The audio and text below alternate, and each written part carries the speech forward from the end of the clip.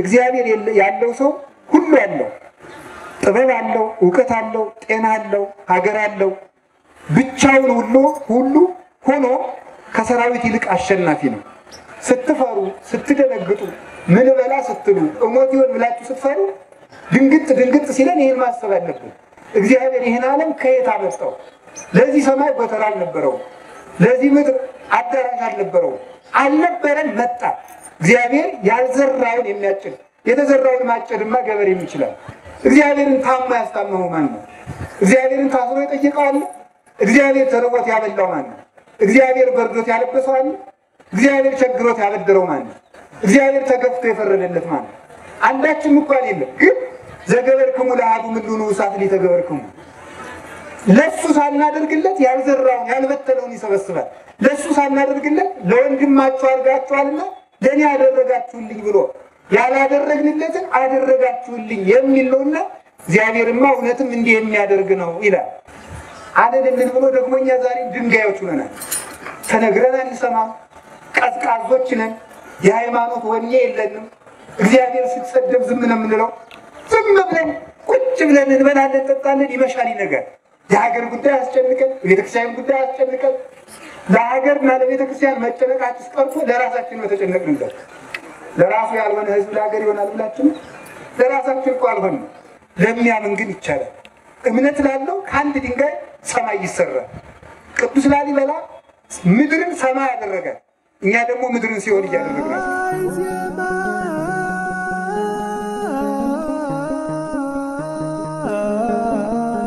በስመ አብ ወወልድ ወመንፈስ ቅዱስ አሐዱ አምላክ። በስመ አብ ወወልድ ወመንፈስ ቅዱስ አሐዱ አምላክ። በስመ አብ ወወልድ ወመንፈስ ቅዱስ አሐዱ አምላክ። በባህሪው ሞት በመንግስቱ ሽረት የሌለበት ቅድመ ዓለም የነበረ ዓለምን በማይመረመር ጥበቡ የፈጠረ ትንኝንም ሳይዘነጋ የሚመግብ ስጋችንን ለብሶ ከውድቀት ያነሳን መድኃኒታችን ኢየሱስ ክርስቶስ በልባችን አስበን በአንደበታችን ተነግረን ስለማንፈጽመው ስለ ቸርነቱ ከባሕርይ አባቱ ከአብ ከባሕርይ ሕይወቱ ከመንፈስ ቅዱስ ጋር በዘላለም የተመሰገነ ይሁን። እግዚአብሔርን የወለደችልን እናታችን ቅድስት ድንግል ማርያም ወላዲተ አምላክ፣ ነቢያት፣ ሐዋርያት፣ ሰማዕታት፣ ደናግል፣ መነኮሳት፣ ቅዱሳን መላእክት ሁላቸው ስማቸውን እናመሰግናለን። በረከታቸው ይደርብን። ብፁዕ አባታችን አቡነ ኤርምያስ የሰሜን ወሎ ሀገረ ስብከትና የኦሮሚያ ብሔረሰብ ዞን ሀገረ ስብከት ሊቀ ጳጳስ፣ በአማራ ብሔራዊ ክልላዊ መንግስት የኦሮሞ ብሔረሰብ ሀገረ ስብከት ሊቀ ጳጳስ እና የቅዱስ ሲኖዶስ አባል መምህራችን ክቡር አባታችን መምህር አባ ኃይለ ገብርኤል ፍስሐ የሀገረ ስብከቱ ስራ አስኪያጅ፣ መምህር አባ ጽጌ ሥላሴ የደብረ ሮሃ አብያተ ክርስቲያናት አስተዳዳሪ፣ የተከበራችሁ ሊቃውንተ ቤተ ክርስቲያን፣ መምህራን፣ ካህናት፣ መነኮሳት፣ የእግዚአብሔር ቤተሰቦች ሁላችሁ አንድ አምላክ በሚሆን በአብ በወልድ በመንፈስ ቅዱስ ስም እንደምን ሰነበታችሁ? እንደምን አደራችሁ? እንደምን ቆያችሁ? ኃጢአታችን ይቅር ብሎ በቅዱስ ቦታው ስለሰበሰበን አምላካችን ስሙ ይክበር ይመስገን።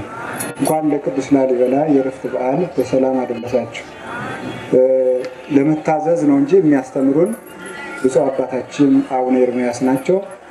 ለመታዘዝ ያህል ልጅ በአባቱ ፊት መስተካከል ስላለበት እኔም ተምሬ ሳጠፋ በኋላ እሳቸው እንዲያስተካክሉ ትንሽ መልእክት አስተላልፋለሁ ማለት ነው።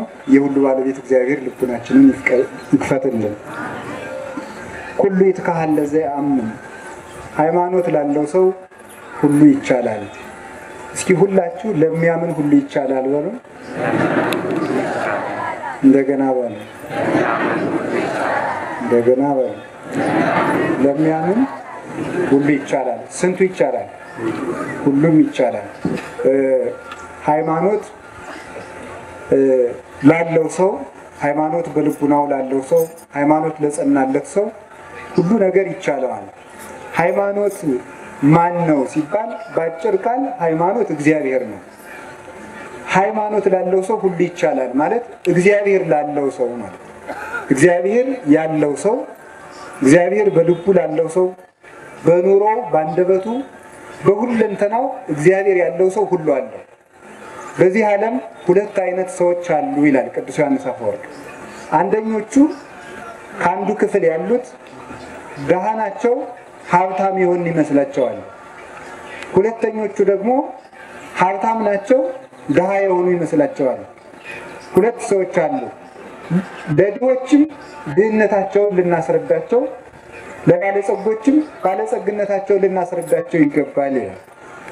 ደሃው ነው ሀብታም የሆኑ የሚመስላቸው የሚባሉት ልብስ ለብሰው ከጸጋ እግዚአብሔር የተራቆቱ፣ ምግብ እየበሉ ነፍሳቸው የተራበች፣ ሰው እየገደሉ ሰው እያጠፉ ጉልበታቸው ሰው እየደመሰሰ ነፍሳቸው ግን የደከመች፣ በዘመድ ብዛት የታጀቡ ከሰራዊተ መላእክትና ከቅዱሳን አንድነት ግን የተለዩ ደካሞች፣ በብዙ በልዩ ልዩ መልክ ያጌጡ የተዋቡ፣ ነፍሳቸው ግን ከቁራ የጠቆረች የጨለመች የከረፋች የከፋች፣ እንዲህ ያሉ ሰዎች አሉ። ያወቅን ይመስላቸዋል ግን አያውቁም። ለእነዚህ ሰዎች አልቅሱላቸው። ባማሩ በተሸለሙ በተጋረዱ ቤቶች ይኖራሉ፣ በሰማይ ቤት ግን ስደተኞች ናቸው። እንዲህ ያሉ ሰዎች ፍጹም የተዋረዱ ሰዎች ናቸውና ድህነታቸውን ንገሯቸው፣ በጊዜ ባለጸጋ እንዲሆኑ ይላል። ድሃ ሀብታም ሆነው ድሃ የሆኑ የሚመስላቸው ሰዎች አሉ። መልክ የላቸውም፣ በትህርምት የጎሰቆሉ ናቸው። ሰማያዊ መልክ ግን አላቸው፣ በአርአያ ክርስቶስ የከበሩ ናቸው። ልብስ የላቸውም፣ ክርስቶስን ግን የለበሱ ናቸው። ምግብ የላቸውም፣ ቅዱስ ሥጋውን ክቡር ደሙን የበሉ ናቸው። ቤት የላቸውም፣ የብርሃን ቤት ግን አላቸው። ዘመድ የላቸውም፣ ቅዱሳን መላእክት ግን ሊረዷቸው ይፋጠናሉ። ለእነዚህ ሰዎች እልል በሉላቸው ይላል። እንደዚህ በእውነት ለእንደዚህ አይነት ሰዎች ቀድስም ወለብእሲ ዘይሃምም አለ ነፍሱ፣ ሰውነቱን ላስጨነቃት ሰውነቱን ለገሰጻት ሰው ለዚህ ሰው ምስጋና ይገባዋል ይላል ኢሳይያስ። ለጌታችን ለኢየሱስ ክርስቶስ ነው ፍጻሜው፣ ግን እሱን ለመሰሉ ሰማዕታት ሁሉ ለቅዱሳን ሁሉ የተነገረ ነው። ስለዚህ እግዚአብሔር ያለው ሰው ሁሉ አለው፣ ጥበብ አለው፣ ዕውቀት አለው፣ ጤና አለው፣ ሀገር አለው። ብቻውን ሁሉ ሆኖ ከሰራዊት ይልቅ አሸናፊ ነው እግዚአብሔር ያለው ሰው። ስለዚህ ለሚያምን ሁሉ ይቻላል ብሎ አንድ ጌታችን መድኃኒታችን ኢየሱስ ክርስቶስ በሚያስተምርበት ጊዜ ልጁ የታመመበት ሰው መጥቶ መምህር ሆይ ቢቻልህ እርዳኝ ቢለው ቢቻልህ ትላለህ እንዴ? ለሚያምን ሰው ሁሉ ይቻላል አንተ አታምንም እንጂ ብሎት ነበረ። ሃይማኖት ሰማያትን ምድርን አጽንቶ አኑሯል። ብዙ የማይቻሉ ነገሮች በተፈጥሮ ያልተቻሉ በእውቀት ያልተቻሉት ነገሮች በእምነት ተችለዋል። እንደ እውቀት ሰው ካረጀ በኋላ አይወልድም። ሴት ከ45 ዓመት በኋላ ወንድም 90 ዓመት ሞልቶት አይወልድም። እንደ እምነት ግን ተችሏል። እንደ እውቀት የሌለ ነገር አይመጣም። ካለ ነገር ያለ ነገር ይፈጠራል። ያለውን እንጨት አጋጭተን ወንበር ጠረጴዛ እንሰራለን። ከሌለ ነገር ግን ያለ ነገር ማምጣት አይቻልም። እንደ እምነት ግን የዓለም አልነበረም መጣ። እግዚአብሔር የሚያስደንቀን ያለውን ዓለም መጠበቁ ሳይሆን የሌለውን ዓለም ማምጣቱ ነው። ሰውም ጠበቅኩ ይላል፣ ሰራዊትም ጠበቅኩ ይላል፣ አጥርም ቤት ይጠብቃል ይባላል። እግዚአብሔር ግን ያለን የሚጠብቅ ብቻ ሳይሆን የሌለንም የሚጠብቅ ነው። ቅዱስ ጎርጎርዮስ ተአርር ዘይዘራውከ ታስተጋብ ተአርር ዘይዘራይከ ታስተጋብ ዘይዘራውከ፣ አንተ ያልዘራኸውን ታጭዳለህ ያልበተንከውን ትሰበስባለህ ብሎ አንድ ጨካኝ ባሪያ ለእግዚአብሔር የተናገረውን ሲተረጉም ምን ይላል? መክሊቱን ሰጥቶ መክሊቱን ከቀበረ በኋላ አንተ ክፉ ባሪያ ለምን በሰጠው መክሊት አላፈራህም ቢለው፣ አይ አንተ ያልዘራኸውን የምታጭድ ያልበተንከውን የምትሰበስብ እንደሆን ካውቄ ፈርቼ መክሊትን ወስጄ ጉድጓድ ቆፍሬ ቀበርኩት ብሎት ነበር። ታዲያ ምን አለው? ተአምረኒኑ ከመብስ የዱሩ ቃን፣ እኔ ጨካኝ ሰው እንደሆንክ ታውቀኛለህ? ካልበተንኩት ካልዘራሁት የማጭድ ካልበተንኩት የምሰበስብ እንደሆንክ ታውቀኛለህ? ካወቀኝ ለምን ትያግባይ ከወርቄ ውስጥ ማይዴ፣ ለምንድን ነው መክሊቴን ያልመለስክልኝ ብሎት ነበረ። ታዲያ ሊቁ ቅዱስ ጎርጎርዮስ ሲናገር ይሄ ሰውዬ እግዚአብሔርን ወቅሶታል። ያልዘራውን ታጭዳለህ፣ ያልበተንከውን ትሰበስባለህ ብሎ ወቅሶታል። እሱ የወቀስኩ መስሎት ነው እንጂ እውነቱን ነው። እግዚአብሔር ያልዘራውን የሚያጭድ ነው። እግዚአብሔር ያልዘራውን ያጭዳል፣ እግዚአብሔር ያልሰበሰበውን ያልበተነውን ይሰበስባል ይላል። ምስጢሩ እንዴት ነው? እግዚአብሔር ያልዘራውን ያጭዳል፣ እግዚአብሔር ያልበተነውን ይሰበስባል። አዎ ይላል። እንዴት? ሰው ከበቀለ እንጨት ቤት ይሰራል። ሰው ከበቀለ ልጥ ገመድ ፈትሎ ቤት ይሰራል ሰው። ነገር ግን ሰው ከበቀለ እህል እንጀራ ይጋግራል፣ ቂጣ ቆሎ ያዘጋጃል ካለ ነገር ነው። እግዚአብሔር ግን ያልዘራውን ያጭዳል ማለት የሌለውን አለ ከሌለ ነገር አምጥቶታል። ካለ መኖር ማምጣቱ ያልዘራውን ማጨዱ ነው። ስለዚህ እግዚአብሔር እውነትም ያልዘራውን የሚያጭድ የሌለን የሚያመጣ ካለ መኖር ወደ መኖር አሁን በጣም ዝም ብላችሁ አስቡ። ስትፈሩ ስትደነግጡ ምን በላ ስትሉ እሞት ይሆን ብላችሁ ስትፈሩ ድንግጥ ሲለን ይሄን ማሰብ አለብን። እግዚአብሔር ይሄን ዓለም ከየት አመጣው? ለዚህ ሰማይ ጎተራ አልነበረው፣ ለዚህ ምድር አዳራሽ አልነበረው፣ አልነበረን መጣ። እግዚአብሔር ያልዘራውን የሚያጭድ የተዘራውን ማጨድማ ገበሬም ይችላል። እግዚአብሔር ግን ያልዘራን ያጭዳል፣ ያልበተነው ይሰበስባል። እንደገና ደግሞ ተመልከቱ ያልሰጡትን ተቀበልኩ ይላልና እውነትም እግዚአብሔር ያልዘራውን አጭዳል ይላል። ያልሰጡትን ተቀበልኩ ይላል። ለምሳሌ ለእግዚአብሔር እኛ አብልተነው እናውቃለን? እግዚአብሔር አጠጥተነው እናውቃለን? አሁን ዛሬ ዝክር ይዘከራል። ከዚያ ዝክር እግዚአብሔር ይቀምሳል? አይቀምስም። ከዚያ መጠጥ እግዚአብሔር ይቀምሳል? አይቀምስም። እኛ ከሰራነው ቤት እግዚአብሔር እንግዳ ሆኖ ይስተናግዳል? እግዚአብሔርን ታማ ያስታመመው ማን ነው? እግዚአብሔርን ታስሮ የጠየቀው አለ? እግዚአብሔር ተርቦት ያበላው ማን ነው? እግዚአብሔር በርዶት ያለበሰው አለ? እግዚአብሔር ቸግሮት ያበደረው ማን ነው? እግዚአብሔር ተገፍቶ የፈረደለት ማን ነው? አንዳችም እንኳን የለም። ግን ዘገበርክሙ ለአሐዱ ምሉኑ እሳት ሊተገበርክሙ ለሱ ሳናደርግለት ያልዘራውን ያልበተነውን ይሰበስባል። ለሱ ሳናደርግለት ለወንድማችሁ አድርጋችኋልና ለኔ አደረጋችሁልኝ ብሎ ያላደረግንለትን አደረጋችሁልኝ የሚል ነውና እግዚአብሔርማ እውነትም እንዲህ የሚያደርግ ነው ይላል። ቸሩ አምላካችን እግዚአብሔር ስሙ የተመሰገነ ይሁን። ታዲያ እግዚአብሔር ያለው ሰው ሁሉን ይችላል። በሃይማኖት መካንነት ተችሏል። አሁን እግዚአብሔር ያሳያችሁ ክርስቶስ ያመልክታችሁ አንዲት ጠጠር ወደ ውሃ ብንወረውር ጠጠሪቱ ትሰጥማለች። ግን ይሄ ሁሉ ዓለም ያለው በውሃ ላይ ነው። ለምን ነው የማንሰጥመው? በእግዚአብሔር ከሆነ ይቻላል። እግዚአብሔር ቻይ ካላላት አንዲቱ ጠጠር ባህር ውስጥ ጥልቅ ትላለች። እግዚአብሔር ቻል ስላለው ግን ዘአጽንዐ ለምድር በማይ ይሄ መሬት ያለው ከውሃ ላይ ነው። አንሰጥም፣ በሱ ጸንተን እንኖራለን። እግዚአብሔር ቻል ሲለው ሁሉ ይችላል። እግዚአብሔር ቻል ካለው ጠጠርም ተዋግቶ ይገላል። እግዚአብሔር ካላለው ደግሞ ሰራዊት ማመድ ይሆናል። እግዚአብሔር ተናገር ሲለው ድንጋይ ይናገራል። እግዚአብሔር ብሎ መቅደስ ድንጋይ መቅደስ ሆኖ ይኸው ዛሬ እየቀደሰን ነው። እግዚአብሔር አለን ሲል ደግሞ እንደ እግዚአብሔር ፈቃድ መኖር ሲያል ሰው ድንጋይ ሆኗል። ዛሬ እግዚአብሔር ብሎለት እንቀመጥበት የነበረ ድንጋይ በቅዱስ ላሊበላ ጸሎት መቅደስ ሆኖ ሰው ይቀድሳል። አለልን ብሎ ደግሞ እኛ ዛሬ ድንጋዮች ሆነናል። ተነግረን አንሰማም፣ ቀዝቃዞች ነን፣ የሃይማኖት ወኔ የለንም። እግዚአብሔር ሲሰደብ ዝም ነው የምንለው። ዝም ብለን ቁጭ ብለን እንበላለን፣ እንጠጣለን፣ ይመሻል ይነጋል። የሀገር ጉዳይ አስጨንቀን፣ የቤተክርስቲያን ጉዳይ አስጨንቀን፣ ለሀገርና ለቤተክርስቲያን መጨነቃችን ቀርቶ ለራሳችን በተጨነቅንበት። ለራሱ ያልሆነ ህዝብ ለሀገር ይሆናል ብላችሁ ለራሳችን እኮ አልሆንም። ነፍስ እርባታል ስጋውን ብላ ማን ይሰማል? ነፍስ ጠምቷታል ደሙን ጠጣ ማን ይሰማል? ተራቁተሃል ክርስቶስን ልበስ ማን ይሰማል? አሞሃል እባክህ በንስሐ ታከም ማን ይሰማል? ሰው ከሰማይ ቤት አትሰደድ የሚሰማ የለም። ሰው ድንጋይ ሆነ፣ ድንጋይ ሰው ሆነ። ላሊበላ እንደምታዩት ድንጋይ ሰው የሆነበት ሀገር ነው ላሊበላ። ምን ማለት ነው? ይሄ ድንጋይ ከሰው በልጦ ይመሰክራል፣ ከሰው በልጦ ይናገራል፣ ከሰው በልጦ ይቀድሳል። ግን እዚህ ያለ ነው ወጣቶች ግን እንደዚያ ናቸው። ላትቆጡ ሰው ይልሰበን የመጣ እንዳትሉ ወጣቱ አሁን እዚህ ላሊበላ የምትኖሩት እንደዚህ ድንጋይ ናቸው። አሁን እንደዚህ አሁን ወደ መቅደስነት እንደለወጠ ቅዱስ ላሊበላ መቅደስ ድንጋይን መቅደስ አድርጓል። ድንጋይ የሆን ልጆቹን እኛንም መቅደስ ለመሆን ያብቃል። ሰው የእግዚአብሔር መቅደስ ነበረ፣ ረከሰ። ዛሬ የኃጢአት ማደሪያ ሆኗል። በእውነት ማለት እግዚአብሔር ሲል ድንጋይ ሰማይ ሆነ።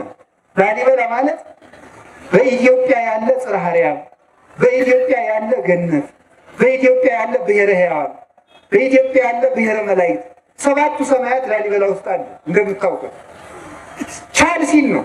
አሁን እግዚአብሔር ያሳያችሁ በመጽሐፍ ቅዱስ ተጽፏል። እኔ አሁን መጽሐፍ ቅዱስ ስንማር ከሚደንቀኝ ነገር መካከል እግዚአብሔር ኖህን እንዲህ አድርገው ወርዱን እንዲህ አድርገው ቁመቱን እንዲህ አድርገው መርከብ ስራ ነው ይላል። አሁን ለኔ ቢነግረኝ እንዴት አድርጌ ልገጣጥመው ነው ላለኝ። አሁን እግዚአብሔር እንዲህ አድርገው ገጣጥም ቢለኝ አይቻለው እንዲህ ያለ መርከብ ይቻላል። አሁን የኖህን ኖህ ከሰራው በኋላ ቢሆን እንዲህ አድርጋችሁ ግጠሙ ብንባል መግጠም እንችላለን? አንችልም። ተመልከቱ፣ አይቻልም። ከአንድ መቅደስ ሰማይ ልቀርጻለሁ ብሎ ማሰብ እንዴት ይቻላል?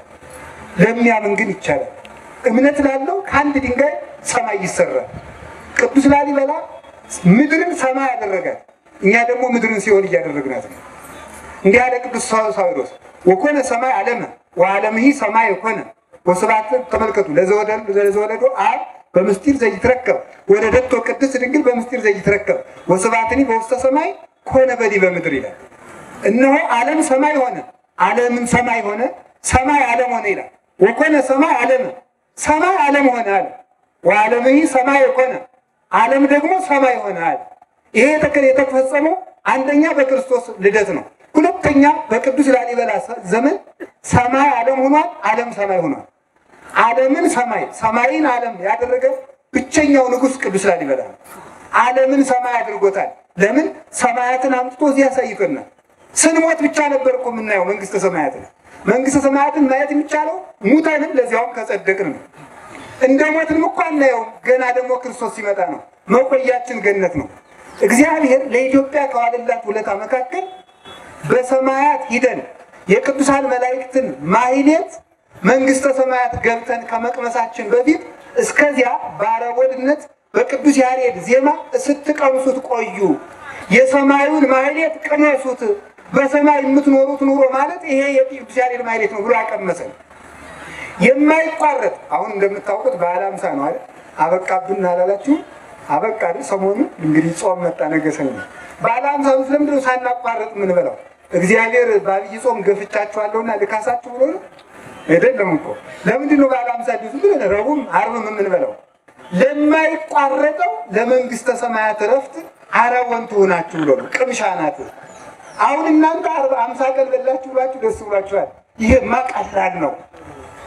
ሆድ ቁርጠት፣ ራስ ፍልጠት የሌለበት ምግብ ያለበት የማይቋረጥ ረፍት ሰጣችኋለሁ ለማለት ነው። ስለ ጾማችሁ ፈንታ፣ ስለ ድካማችሁ ፈንታ፣ ስለ ራባችሁ ፈንታ የማይቋረጥ ረፍት ያለበት ሀገር እሰጣችኋለሁ ለማለት ሳናቋረጥ እንድንቀምስ ያደረገን ስለዚህ ነው። እንደዚሁም ሁሉ መንግስተ ሰማያት ፀሐይ፣ ጨረቃ፣ ከዋክብትን የማትፈልግ ብርድ የሌለባት፣ ረሃብ የሌለባት፣ ከገቡ መውጣት ካገኙ ማጣት የሌለባት፣ አንተ ትልቅ ሰው ነህ በላይ ቁጭ በል፣ አንተ ትንሽ ሰው ነህ በታች ቁጭ በል የማይባልበት፣ አንተ ንጹህ አልለበስክም፣ አንተ ንጹህ ለብሰሃል የማይባልበት፣ አንተ የገሌ ዘር ነህ፣ አንተ የነገሌ ዘር ነህ የማይባልበት፣ አንተ ሊቅ ነህ፣ አንተ ደንቆሮ ነህ የማይባልበት፣ አንተ ሹም ነህ፣ አንተ አልተሾምክም፣ አንተ ባለጸጋ ነህ፣ አንተ ደሃ ነህ፣ አንተ ተምረሃል፣ አንተ አልተማርክም የማይባልበት እኩል ሰው ሁሉ ክርስቶስን መስሎ ወይ ከጉኑ ተመልከቱ፣ ለአን ተመልከቱ፣ ለአደ መሬተ ለአዱ ኖላዊ ለአንድ እረኛ ለክርስቶስ አንድም መንጋ የምንሆንባት ወይ ሀገራት ሳይትፈቅድ ተመልከቱ። ፀሐይ ወር ሀያ ብር ሁላቲ ያቻገር አለ። ተመልከቱ፣ ፀሐይን አብሪልኝ፣ ጨረቃን አብሪልኝ፣ ከዋክብትን ድመቁልኝ የማትል ክረምትና በጋ፣ በጋና ክረምት፣ መዓልትና ሌሊት፣ ብርድና ሐሩርና ቁር የማይፈራረቁባት፣ ደዌና ጤና የሌለባት፣ ማግኘትና ማጣት የሌሉባት፣ ለብሶ መራቆት የሌለባት ሀገር ለመስጠቱ ማስረጃ የሆነን ዘንድ የቅዱስ ላሊበላ መቅደስ የመንግስተ ሰማያት መያዣ ነው። የመንግስተ ሰማያት አረወን ነው። በሃይማኖት ሰማይን አምጥቶ ከምድር ሰራው። በሃይማኖት ሰማይ ወደ ምድር ወረደ። በእውነት በቁሙ ቅዱስ ዮሐንስ በራእዩ ወሪክዋ ተመልኩ ሀገርሰ ቅድስ ወሀገርሰ ቅድስ ሀዳት ኢየሩሳሌም ሪክዋ እንዘ ተወርድ እምሰማይ ወተውበት ለጓለ መሕያው ወስርጉት ይእቲ ከመመራት ለምትሃ ይላል። ታላቂቱ ኢየሩሳሌም አለ ራዕየ ዮሐንስ ምዕራፍ 20 ላይ ሲናገር ተመልከቱ። ወሪኩ ሰማይ ሐዲሰ ወምድር ሐዳሰ እስመ ሰሰለ ሰማይ ቀዳማዊ ወምድርኒ ቀዳማዊት። አሮጌው ሰማይ አለፈ፣ አሮጌይቱ ምድር አለፈች፣ አዲስ ሰማይ አዲስ ምድር አየው አለና አዲሲቱ ኢየሩሳሌም ከሰማይ ወደ ምድር ስትወርድ አየዋት ይላል። ቤተክርስቲያን ተሰጠች፣ ድንግል ማርያም ለሰው ልጆች ተሰጠች ማለቱ ነው።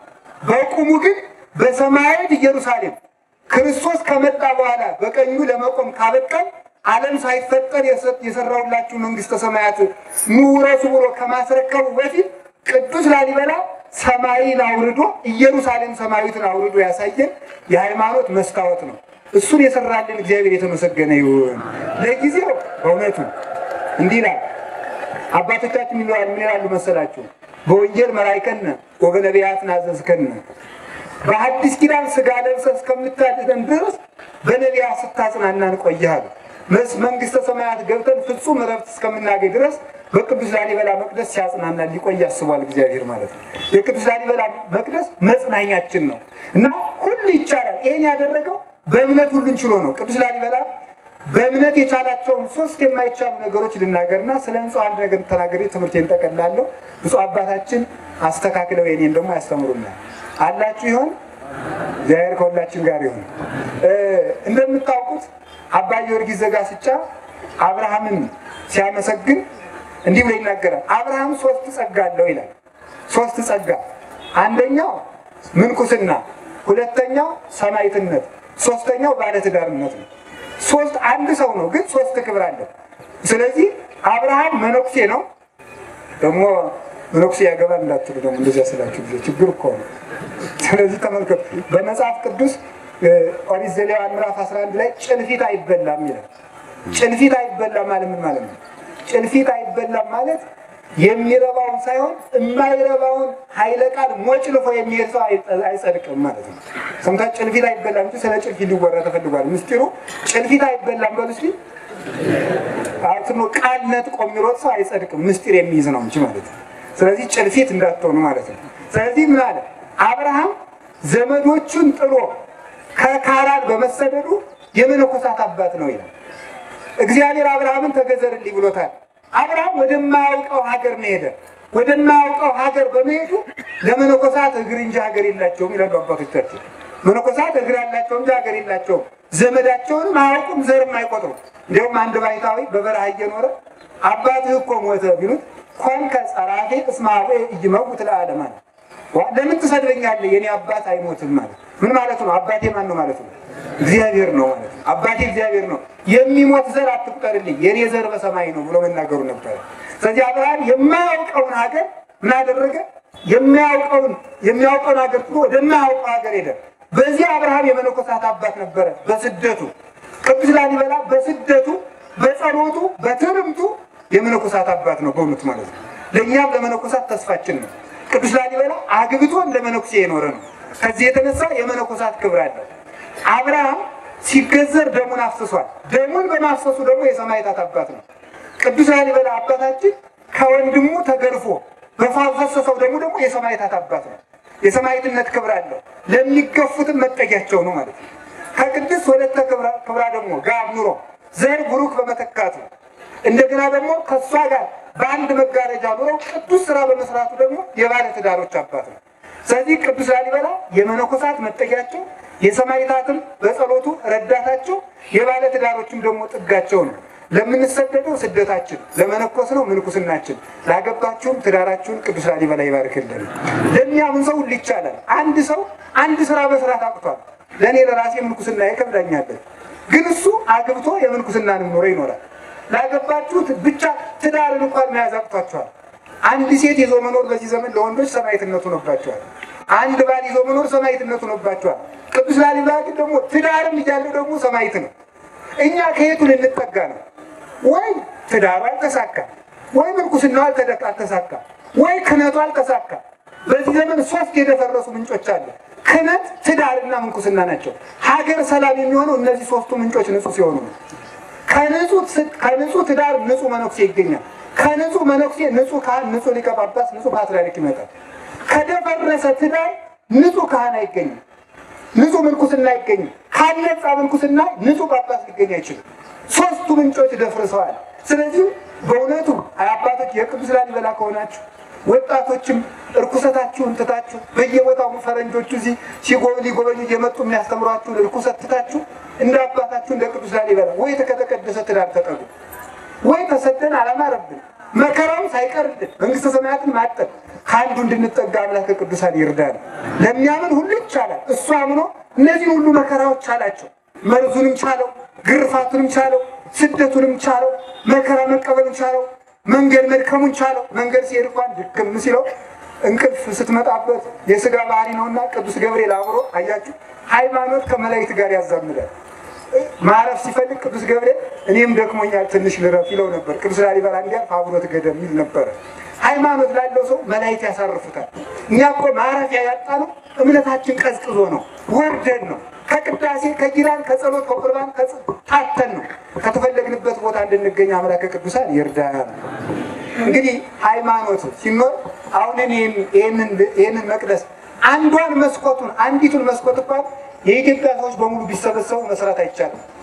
የዓለም ሰው 9 ቢሊዮን ወይም 7 ቢሊዮን የደረሰው ቢሰበሰብ ይሄን መቅደስ አይሰራው። ሃይማኖት ሲኖር ግን ብቻውን ይሄን ሁሉ መቅደስ ሰራ። ብቻውን የቻለውን እኛ ተሰብስበን ምንም አቅቶናል። እግዚአብሔር አንድነታችን ይውላችሁ። እግዚአብሔር ከኛ ጋር ሲሆን አንድ ሰው እንደ ብዙ ሰው ይሆናል። እግዚአብሔር ከኛ ሲጣጣ ደግሞ ሰራዊት የአንድ ሰው ያህል ኃይል ያጣል። እግዚአብሔር ከሁላችን ጋር ይሁን። በሃይማኖት ሁሉ ይቻላል። አምነን ለመጠቀም ያልቃል። መስዋዕት ለእግዚአብሔር ይቆያል።